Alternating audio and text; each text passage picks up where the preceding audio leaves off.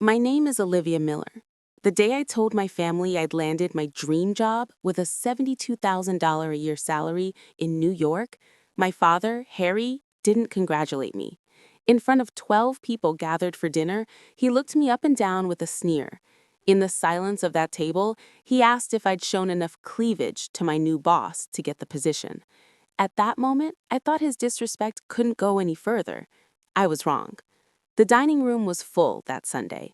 I walked in from the kitchen with an envelope in my hand and every heartbeat I'd earned in the last 6 years compressed into a single sheet of paper. I set it on the table in front of my father. He picked it up without asking. He read it slowly. The table kept talking around him, but I wasn't hearing any of it. I was watching my father's face. His jaw tightened at the company letterhead. His eyes moved slower as they reached the salary line. Then he put the paper down, looked at me across 12 people and 20 years of history, and said the thing I will never forget for the rest of my life. He asked if I'd shown just enough cleavage to get the job. Not quietly, not as a joke, he immediately walked back. Clearly, flatly, the way you'd ask someone to pass the salt. I didn't cry. I'd stopped crying in front of this man a long time ago. For 2 full seconds, nobody moved. 12 people, 3 generations, the kind of Sunday lunch that looks like a family from the outside. Aunt Carol's fork stopped halfway to her plate. My cousin Tyler found something extremely interesting in the middle distance. Don, the neighbor who'd been coming to family events since before I was born, shifted in his chair with the stiffness of a man who wants to be somewhere else. And my brother Dustin, 26 years old, a grown man, let out a short exhale that wasn't quite a laugh, but wasn't far from it either. At the far end of the table, my grandmother Mary set her water glass down with a click so precise and deliberate it cut through the room like a signal. I kept my face completely still, picked up my phone from the table, and typed a message under the edge of the tablecloth to the one person I'd told to stay close that afternoon. He said it out loud in front of everyone. I need you on standby right now. 3 dots appeared almost immediately. Then, already ready, don't leave that house without me on the line. My father wasn't finished. He said New York wasn't happening, said the transition at the shop was set for October. The clients already knew. The cards had been printed. Said he hadn't raised me to run off chasing something I didn't earn. He picked up his fork and went back to his pot roast, and the question that hung in that room, the one none of those 12 people could answer yet, was what exactly my grandmother had inside that dark brown leather purse she'd carried in that morning and placed so carefully beside her chair. Before I go on, if you've ever had your biggest win turn into something shameful at your own dinner table, type me in the comments, because this story is for you, and if you want to know what happened next, stay right here. My name is Olivia Miller. I was 23 years old that Sunday, sitting at my father's table in Zanesville, Ohio, with a job offer in my hand and 6 years of invisible work sitting in a spreadsheet on my phone. The offer was from Meridian Group, a mid-sized corporate management firm headquartered in Manhattan. Operations coordinator. Salary, $72,000 a year. Full benefits package. Relocation support. Start date, September 15th. They'd recruited me directly after I graduated in May with a business administration degree from Ohio University, summa cum laude, chosen from a pool of 312 applicants. The hiring manager had called me personally to deliver the offer. She'd said she hadn't seen a candidate profile like mine in 3 hiring cycles. She had no idea what was behind that profile. What she saw on paper was the clean version, the GPA, the academic awards, the part-time job at a coffee shop near campus. What she didn't see was the rest of it. 6 years of running my father's auto repair shop from the inside out, while he took the credit and kept the money. The QuickBooks system I'd built from scratch when I was 17 because the previous bookkeeper had quit. The vendor contracts I'd renegotiated at 19. The social media presence I'd created that had increased the shop's monthly appointments by 40% in under 2 years. All of it done for free. Not minimum wage, not a small token. Free. Because according to my father, that was what family did. I'd started keeping formal records in January of that year, a spreadsheet, methodical and precise. 1 row per task, per hour, per dollar I should have received and didn't, calculated at Ohio minimum wage, plus the market rate for bookkeeping services. By the morning of that Sunday dinner, that spreadsheet had 287 rows. The total was $43,200. And tucked inside my grandmother's purse at the far end of that table was something my father had never thought to verify in 20 years of running his business, something he'd built his entire livelihood on top of, without ever checking who actually owned it. But I'm getting ahead of myself. Let me tell you what Miller's Auto and Repair actually looked like before I got involved. Harry Miller is a gifted mechanic. I'll give him that without hesitation. His hands know an engine the way some people know music, by feel, by instinct, by a kind of memory that lives in the fingers. Customers drove 40 minutes out of their way to bring their vehicles to him. He had a waiting list for transmission work by the time I was in high school. His reputation in Zanesville was real, and it was earned, and for years I told myself that mattered. Everything else about that business was a disaster. The filing system when I started at 17 was a shoebox, not a metaphor, an actual cardboard shoebox, the kind that comes with work boots, stuffed beneath the front counter with invoices going back 3 years, some crumpled, some coffee-stained, all unsorted. There was no website, no Facebook page, no system for tracking overdue accounts, no reorder alerts for parts that were running low, no process for anything that happened on paper rather than under a hood. My father's method for handling administrative chaos was to ignore it until it became a crisis and then raise his voice at whoever was closest. When I was 17, that person was me. I started with the basics, a spreadsheet for payments, a color-coded schedule. I persuaded my father to let me build a Facebook page, which required 4 separate conversations and a demonstration that his main competitor on the other side of town had one, with over 200 followers. Within 8 months, Miller's Auto and Repair had 340 followers and a 4.7 rating. I learned QuickBooks from free tutorials I watched at 11 o'clock at night after finishing homework. By the time I was 19, I was handling accounts payable, accounts receivable, payroll for 2 part-time mechanics, vendor relationships, customer complaints, and quarterly taxes. I answered the phone, managed the online booking system I designed, and maintained the parts inventory. I did all of this while carrying a full course load at Ohio University, commuting to campus 2 days a week, working 20 hours at a coffee shop near the Quad, and coming home on weekends to cook dinner because my father said he didn't have time and Dustin didn't know how. My brother Dustin is 26. He is also the only person connected to Miller's Auto and Repair who never contributed a productive hour to its operation.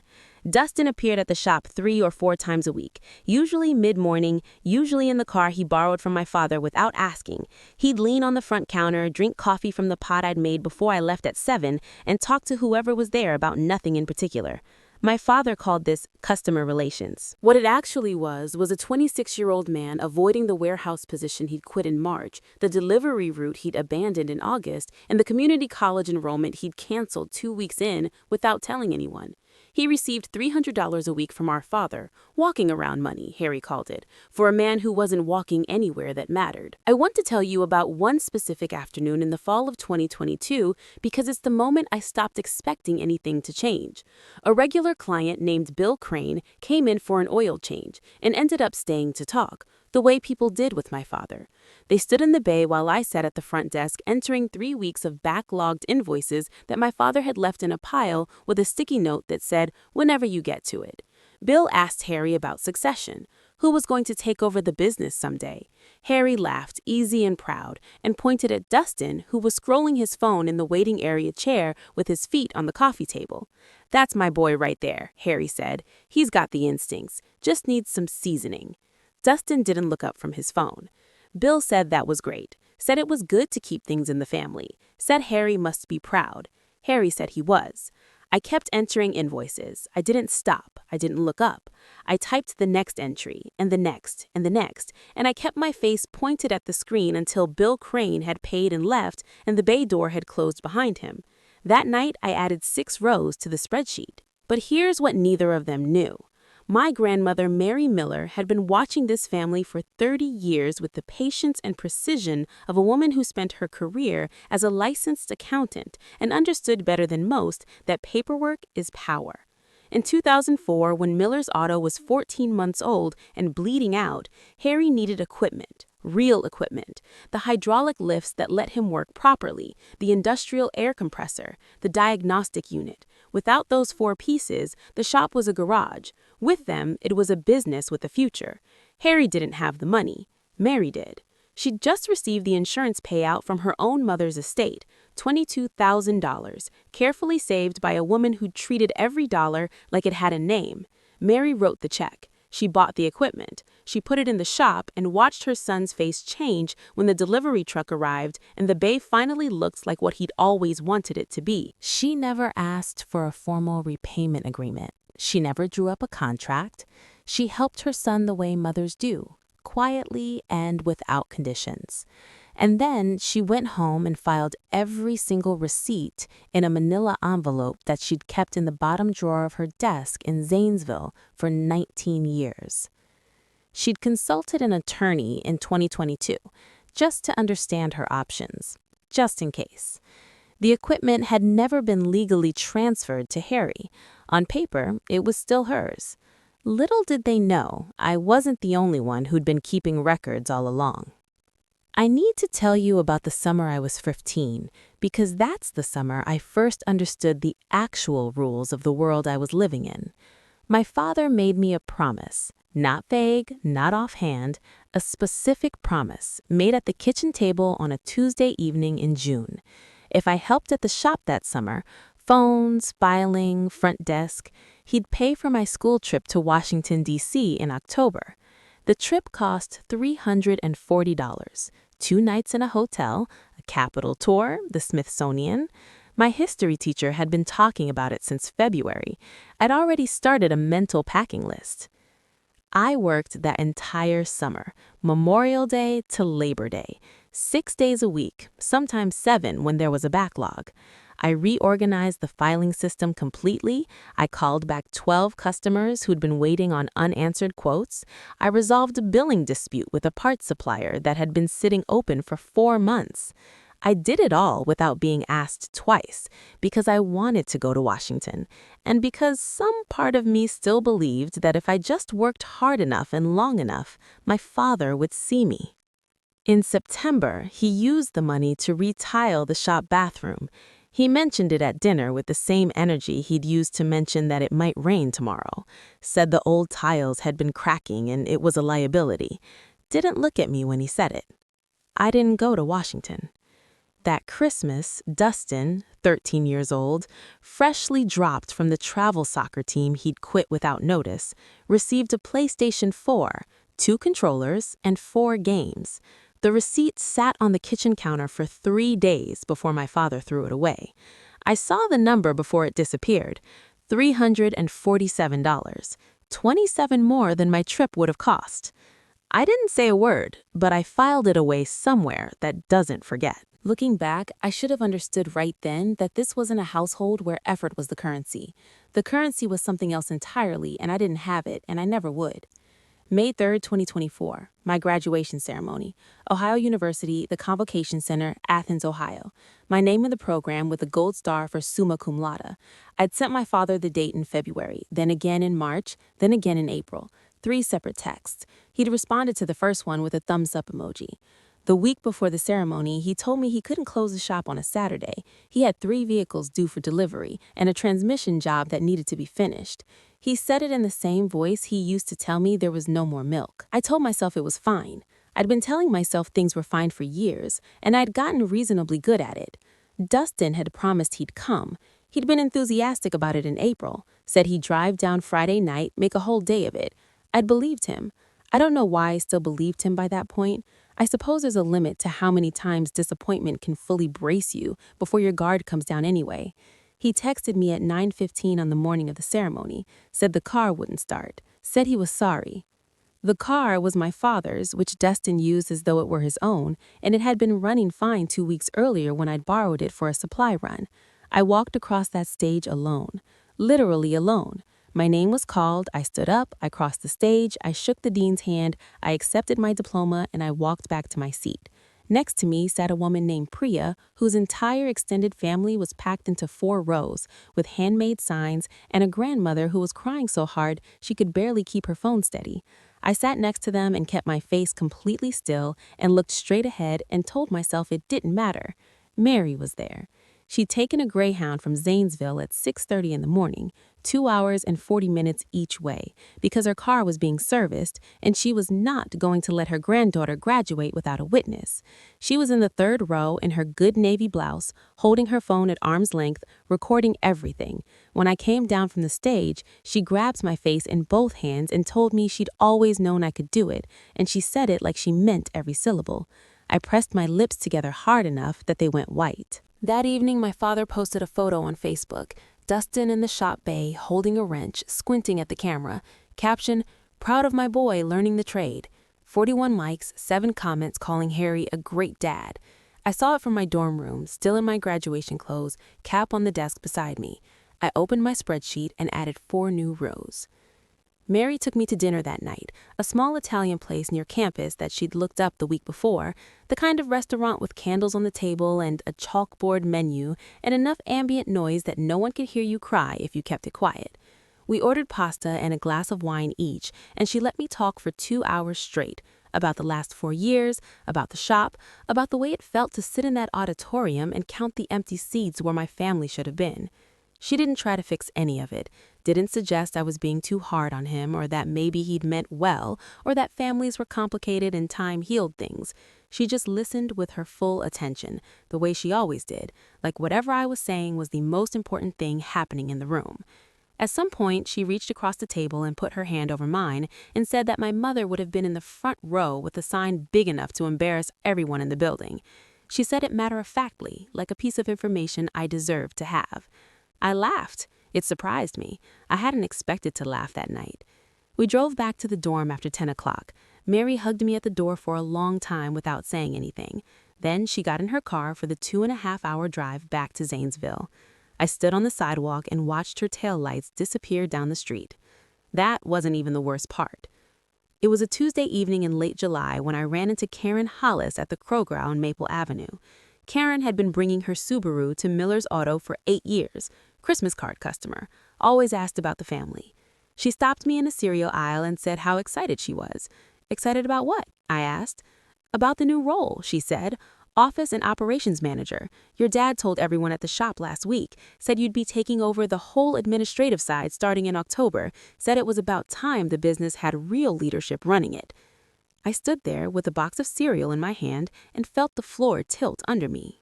Karen kept going. She said Harry had mentioned it to at least a dozen regulars, said he told the parts supplier from Columbus, said she'd seen the new business cards on the front counter. Olympia Miller, office and operations manager, Miller's Auto and Repair. I smiled. I said that was wonderful. I asked about her Subaru. I finished my shopping. I drove home, went upstairs, sat on the edge of the bathtub and stared at the tile grout for 22 minutes. He hadn't asked me, hadn't mentioned it, hadn't floated it as a possibility, tested the idea, said a single word in any tone. He'd decided, announced it publicly, printed the cards, made the promises to clients and suppliers, and waited for me to fall in line, the way he'd always waited, the way he'd always assumed I would. The offer from Meridian Group had arrived in my email 11 days earlier. I drove to the Ohio University campus, 45 minutes away, and printed the letter on the library printer. I wasn't going to print it on the shop's machine.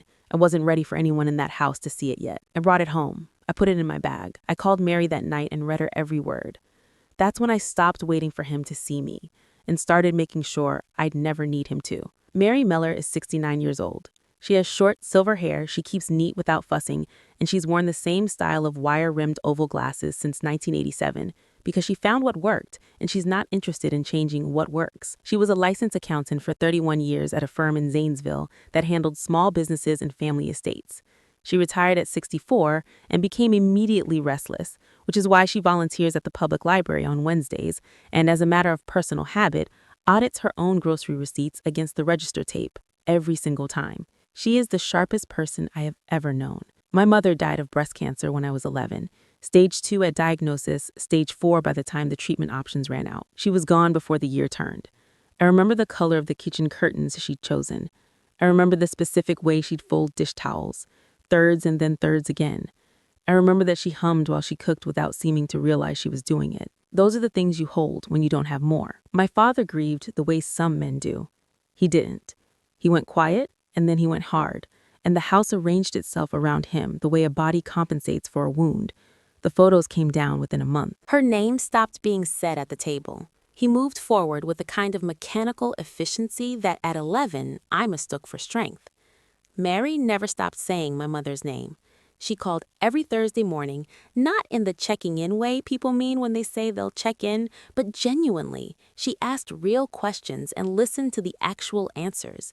She remembered the names of every teacher I mentioned, every project, every small frustration I'd shared weeks earlier, and assumed she'd forgotten.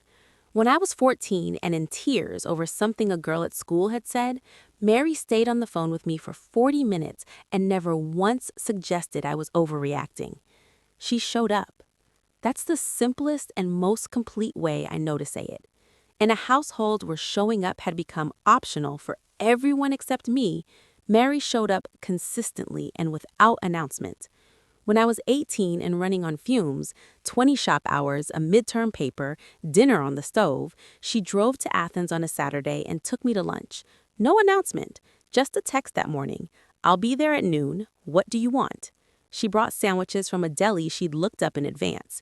We sat in my car in the parking lot and talked for 3 hours, and she didn't once suggest I was complaining too much or expecting too much or that things weren't really that bad. She told me once, near the end of one of those conversations, that she'd been putting money aside for me since I was 14, $150 a month into a savings account in her name, separate from anything my father could see. She said she'd kept hoping he'd change, that he'd see what was in front of him, that the family would find its balance on its own. That was my mistake, she'd said. She'd said it with the flat certainty of a woman who doesn't make the same mistake twice. When I called her the night the Meridian letter arrived and read her the details, the salary, the title, the start date, New York, she was quiet for a long moment. Then she said, "I'm coming with you." I thought she was being warm, sweet, figurative. She said it again, not metaphorically. I've been thinking about it for a while. New York has excellent libraries. I already looked at studios in Queens. We'll sort out the details. I didn't know what to say to that.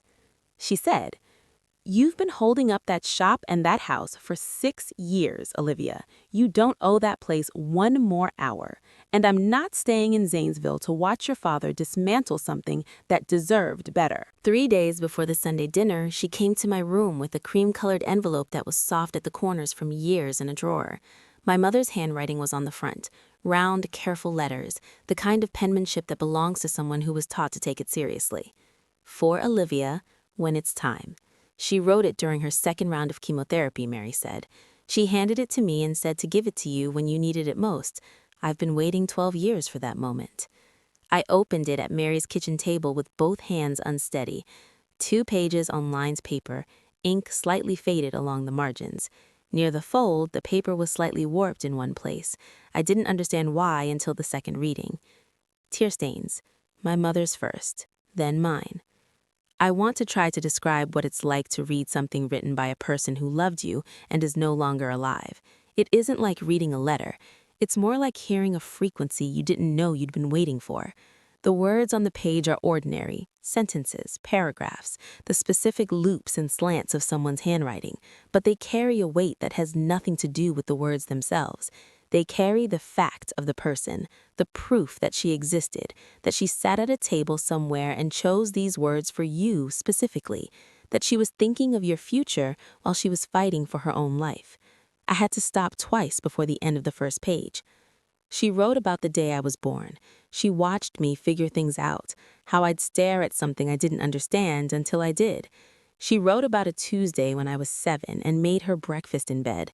Burnt toast and orange juice I tried to strain through a paper towel because I thought that was how juice was supposed to be made. She said she'd eaten every bite and told my father it was the best breakfast she'd ever had. Near the end, where the handwriting had grown smaller and less steady, she'd written the line I've carried with me every day since. "Don't let anyone make you small, sweetheart. Not even the people who are supposed to love you. You were built for something bigger than this. Go find it." I read it 3 times. The first time I cried. The second time I memorized it.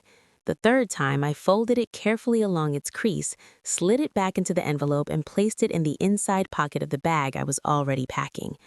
For the first time in 12 years, I heard my mother's voice, and I knew exactly what she would have wanted me to do.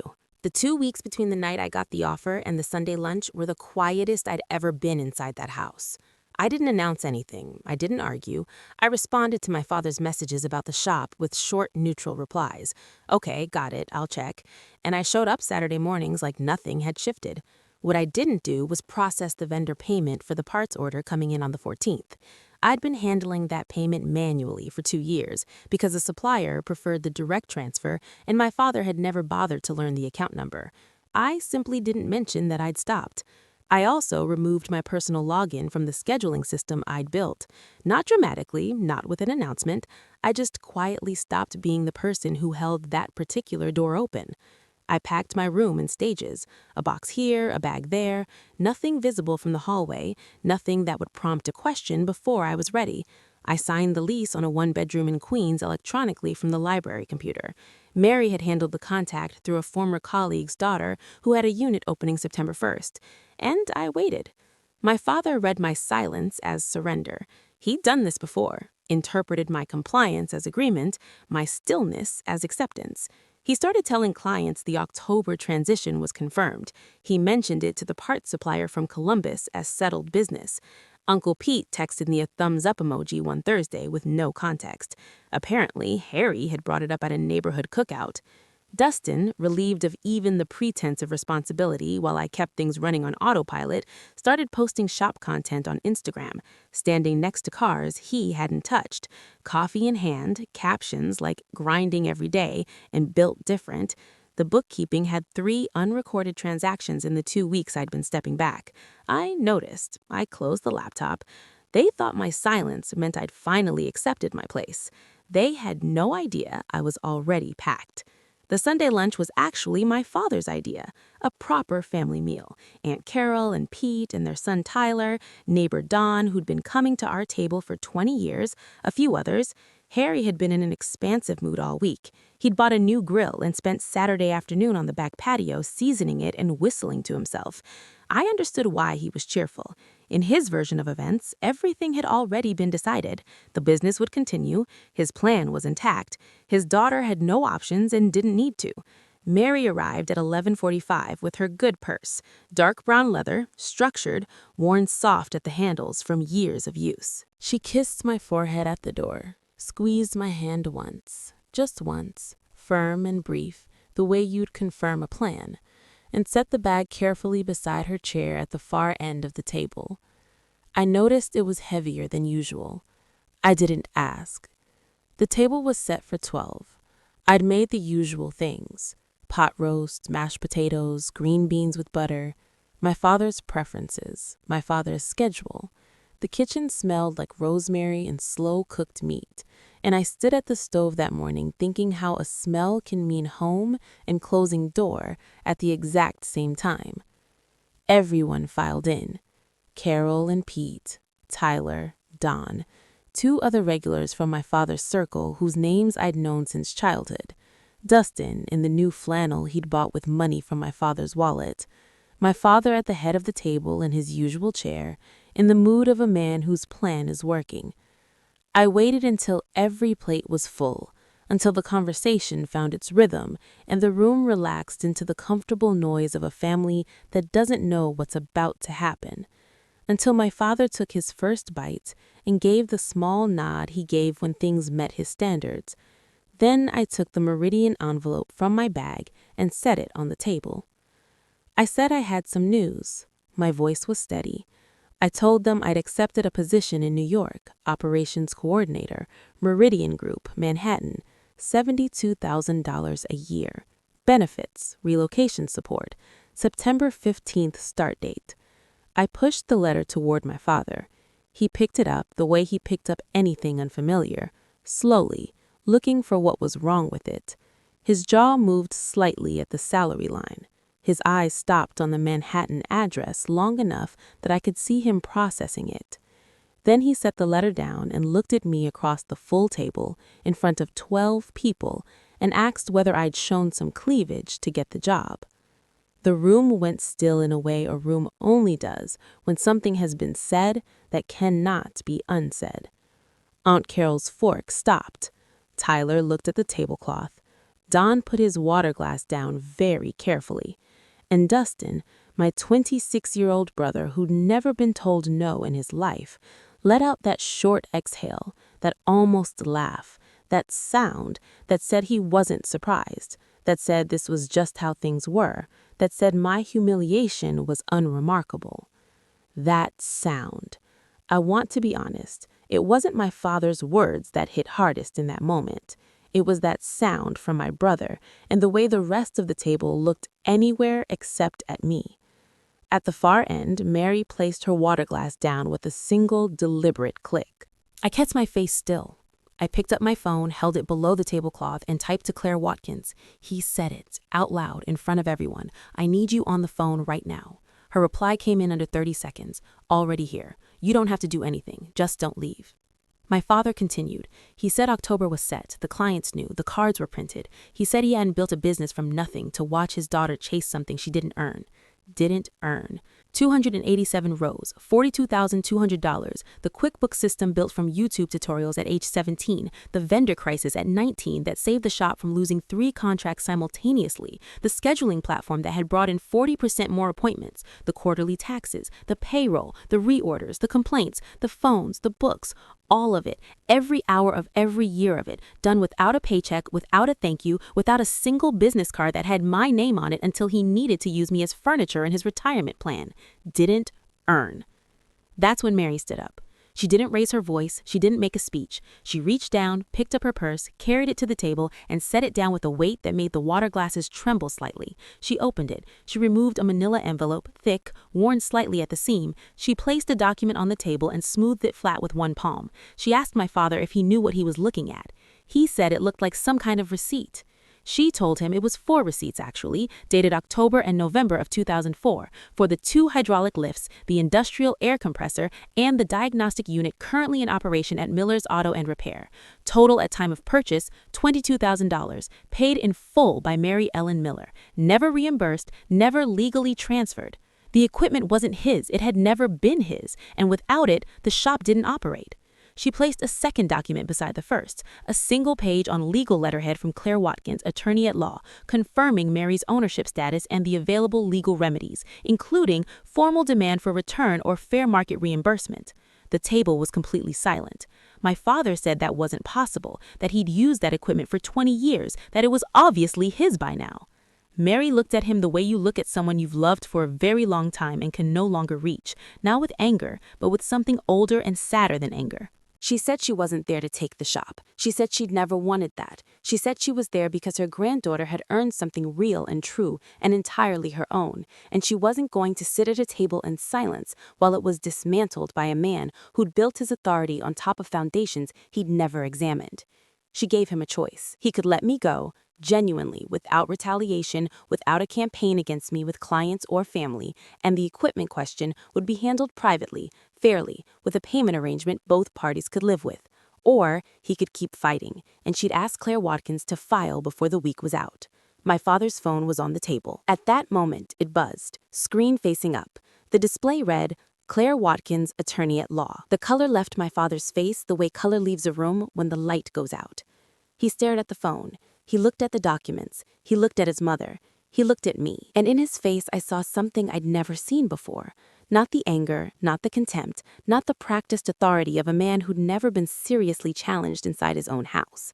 What I saw was the specific expression of a person discovering the ground they were standing on was never solid. The silence that followed said everything. Nobody moved. Aunt Carol had both hands flat in her lap. Tyler was studying the wall. Don had the look of a man who sincerely wishes he'd stayed home. Then my father put his hands on the table, palm down, and didn't say another word. Mary closed the envelope. She came around the table to where I was sitting. She put her hands on my shoulder, light and steady. She said we should get my things together. She said our flight was in the morning and we had packing to finish. Our flights, plural, both of us. I stood up. My legs were steady. I picked up the offer letter from the table, still intact, still clean, my name in the header, $72,000 on the salary line, chosen from 312 applicants, earned without shortcuts or favors or anything that belonged to anyone but me. And I folded it along its original crease and put it in my bag next to my mother's letter. My father said something as I walked toward the hallway. His voice was hollow and low. He said if I left, I shouldn't expect things to go back to the way they were. Mary turned and looked at him one final time. She said I wasn't the one who needed to worry about that. I went upstairs. I brought down the bag I'd already packed 3 days earlier. I walked through the kitchen, past the rosemary smell and the cooling food in the room that had kept me smaller than I was for 23 years. I stopped for a moment in the doorway between the kitchen and the hall. I don't know exactly why. Some instincts to look at a thing once more before you let it go for good. The pot roast was still on the counter. The good plates were on the table where 12 people had just sat watching my father discover that the world didn't work the way he'd believed. The clock on the wall was still ticking. Everything looked exactly the same as it had when I'd walked in that morning to start cooking, and nothing was the same at all. I thought about my mother, not in an abstract way, specifically. I thought about the fact that she had stood in this kitchen for years and made food for a man who had decided what she was worth and never reconsidered, and she had never left. And I was leaving, and I couldn't fix what had happened to her, but I could refuse to let it happen to me, and maybe that was the only thing I could do for her now. I didn't say goodbye to anyone. Mary's car was in the driveway, engine running, passenger door already open. I got in. I put my bag on my lap. I looked at the house through the window, once. The way you look at something you finally stopped waiting on. Then she pulled out onto the street, and Zanesville got smaller in the mirror, and I turned around and didn't look back again. I'm 25 years old now. I live in a one-bedroom apartment in Queens with a fire escape outside the window, and, if you lean out at the right angle on a clear morning, a sliver of the Manhattan skyline that I haven't gotten used to yet and don't think I'm supposed to. I was promoted 14 months after starting at Meridian Group, operations coordinator to operations manager. My salary adjusted to $82,000. I manage a team of 6 people, and every one of them knows they can bring me a real problem and get a real answer. I have a cat named Wrench. It seemed appropriate. I want to tell you about the first morning I woke up in that apartment, September 2nd, 2024. The movers had come the day before, and most of my boxes were still stacked along the wall. I didn't have curtains yet, so the room was already light by 6:30. I lay there for a few minutes, listening to the street noise below, buses, voices, something that might have been a food cart, and I had the specific sensation of not knowing what was expected of me. Not in an anxious way, in the way of a window being opened. Nobody needed me to answer the phone. Nobody had left a pile of invoices with a sticky note. Nobody was going to come downstairs and tell me the butter wasn't soft. I got up, I made coffee, I sat on the fire escape with the mug and watched the street come fully awake. It took me almost 10 minutes to realize I'd been smiling the entire time. Mary is 3 blocks away, in a studio she found through her building contact on a street with a Hungarian bakery on one corner and a dry cleaner on the other. She goes to the New York Public Library on 42nd Street every Tuesday. She texts me photos of reference books she thinks I'd like. She has opinions about the subway that grow more elaborate every month, and I find this genuinely entertaining. Back in Zanesville, Miller's Auto and Repair lost 2 corporate maintenance contracts in the 6 weeks after I stopped managing the accounts. My father hired a replacement at $18 an hour to handle the administrative work I'd been doing for free. Dustin was briefly put in charge of billing and made 3 filing errors in the first tax quarter. Harry and Mary reached a formal written agreement through Claire Watkins, $800 a month toward the equipment debt for 30 months. He's on payment 11. Dustin got a job with a moving company. He seems to be doing okay with it. I don't wish him any harm. I just don't find myself thinking about him much. Uncle Pete called me 8 months after I left, awkward and halting, said he should have spoken up at that table, said he was ashamed of himself. I told him I understood, and I do. Fear makes cowards of people who might otherwise be decent. That's not a defense, it's just a fact. Mary calls every Thursday morning, still without fail. She's currently teaching herself Italian from a library book and has opinions about the pronunciation she shares at length. My mother's letter is in the nightstand drawer. I don't read it often, but knowing it's there is something I can't fully explain and don't need to. I didn't lose my family when I walked out that door with 2 suitcases and 6 years of unpaid work and my mother's handwriting in my bag. I finally found one. That's my story. Thank you for staying until the very end. It means more than you know. If this reached you, hit that like button and subscribe. Turn on notifications so you don't miss what's coming next. Drop your city in the comments. I want to know where this story traveled today. And if you want to hear another one, the link is in the description. There's a story there that's been waiting for you.